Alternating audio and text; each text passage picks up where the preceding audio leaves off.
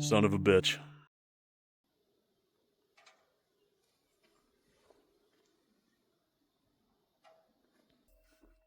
That's got to be the closest call I've ever had with a truck of mine. I think quite literally another 30 seconds and that thing would have gotten away from me and I'd be sitting here with a fireball right now.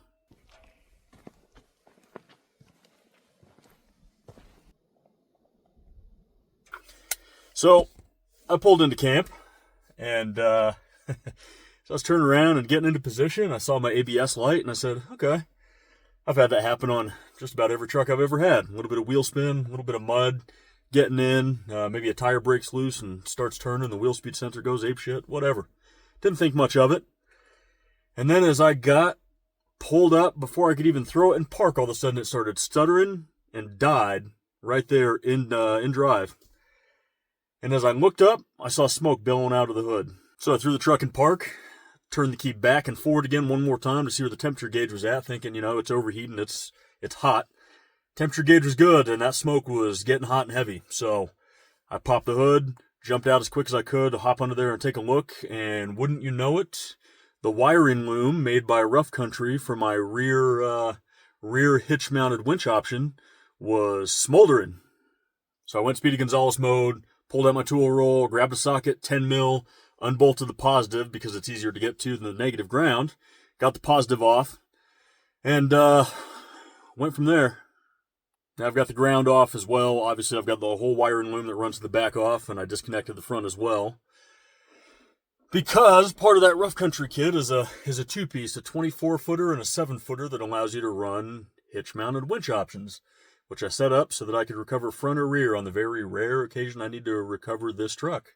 If you paid attention, you'll notice that the end cap, the end Anderson style connector, was still sealed off, so I don't think there's any debris in there or anything that would have jumped in there and gotten the connector to start communicating with itself.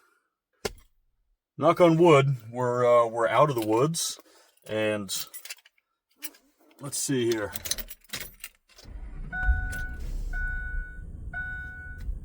Yep, truck fires again, so let's hope it stays that way.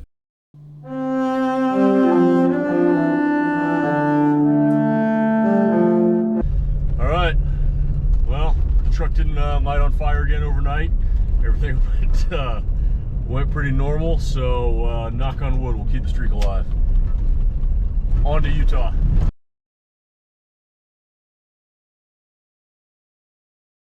That was a long day on the road, but finally made it to camp here in Utah. Tonight's one of those rare campground nights, but absolutely gorgeous view, and I've got the place all to myself, so I don't think I can complain about that.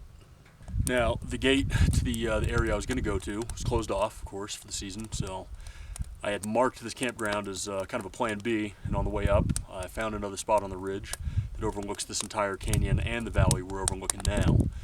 That would have been really awesome. I started going up there, but that trail was pretty nasty with some really slick mud. Packed my tread blocks immediately, so I tried to make the smarter executive decision and decided I had enough solo fun last night to get me through until we meet up with the boys. Got a fire going. Should be a relatively early night, but the good news is don't have to start super early tomorrow. Have a very short drive to meet up with Daryl. So tomorrow we can finally kick things off the right way. We'll get to Moab proper, and we'll really get this party started. In the interest of saving time, since I was behind, I went for a gas station burrito for dinner. Jury's still out on whether or not that's going to prove to be a really fatal decision, but every now and then the creature comforts are nice because there's a toilet right over there. So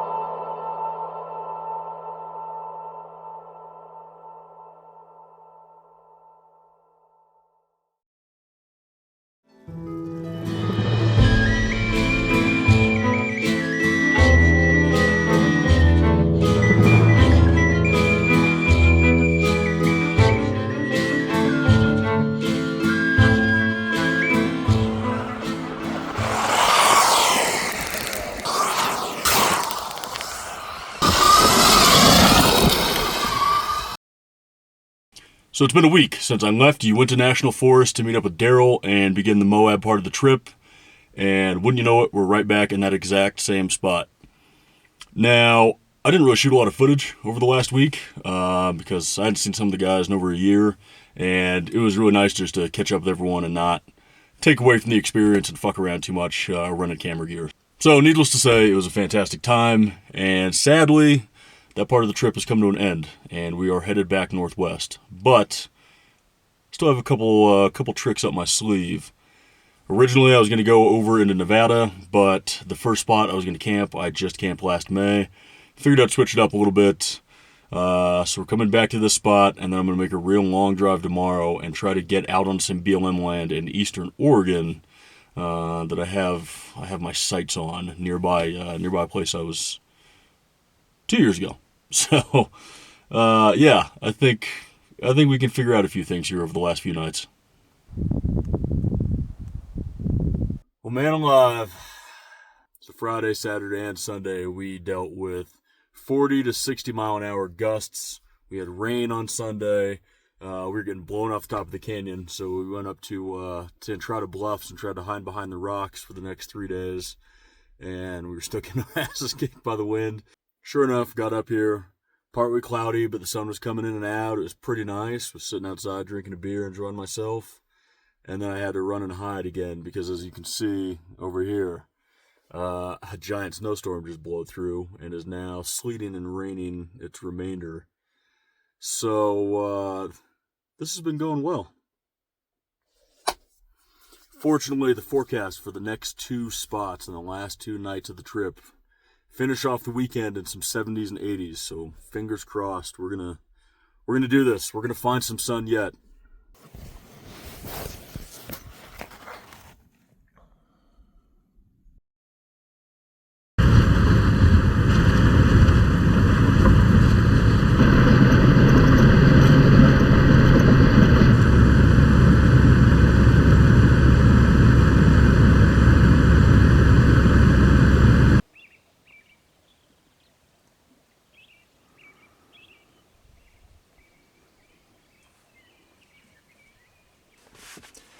So when I called that audible yesterday and went back to Utah instead of Nevada, my thought process was I was going to go back to Baker or near there.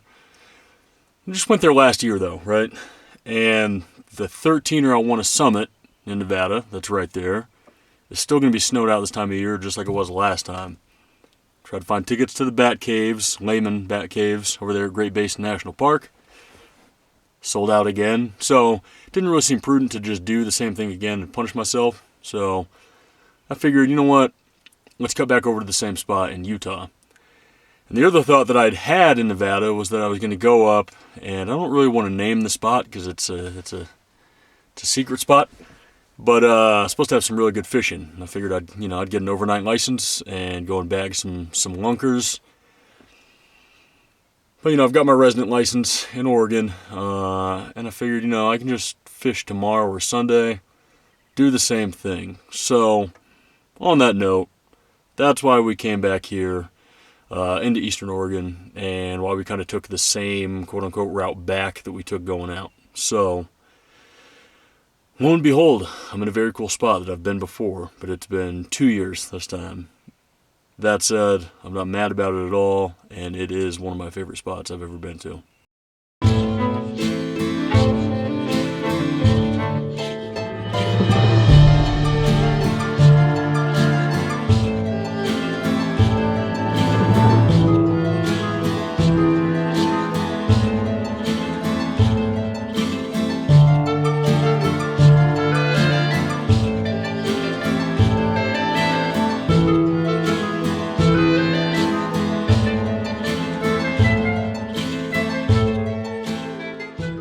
I spent last night in a little spot right outside of Bend that I love to frequent. And one of the great things about it is that I probably camped here a dozen times or so. And it didn't matter whether it was a holiday weekend or just any old summer weekend. No matter how busy it was in town, no matter how nice the weather was, I could always come out here. And in all that time, I've only ever seen 2 other people And yeah, rolled in here last night, saw about 30, and I think there's about 6 different camps set up around here. So, you know, nothing good lasts forever. Nature of the beast, man, you know, whether it's the website, the aggregate websites that post all the campsites, you know, or just word of mouth, or whatever the case may be. Enjoy the good spots you got while you got them, because you never know when the word's going to get out, and there's going to be dogs barking and kids screaming and trucks running and all sorts of hootenanny when you try to get out to your favorite calm spot. So, that being said, still a good night. Weather was great. Had a nice little fire, and I think this is about all she wrote. So, roll into town, get some coffee and a breakfast burrito here. Maybe stop off and get a beer, and then it's time to head home. So, until the next one, see you on Memorial Day. Hasta.